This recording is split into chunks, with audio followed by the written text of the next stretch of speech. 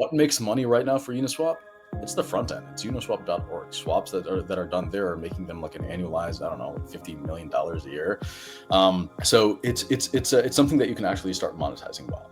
So what I do believe, and of course I'm biased as a delegate and as somebody who's partaking in the DAO, is that Uniswap DAO should be able to utilize a logo, or at least have like white label capacity to give out to certain deployments, to certain initiatives or widgets or whatever we're sort of like the partners we're working with, because it stifles like the advancement and growth that we're doing. We can't really utilize it to the fullness of our capacity.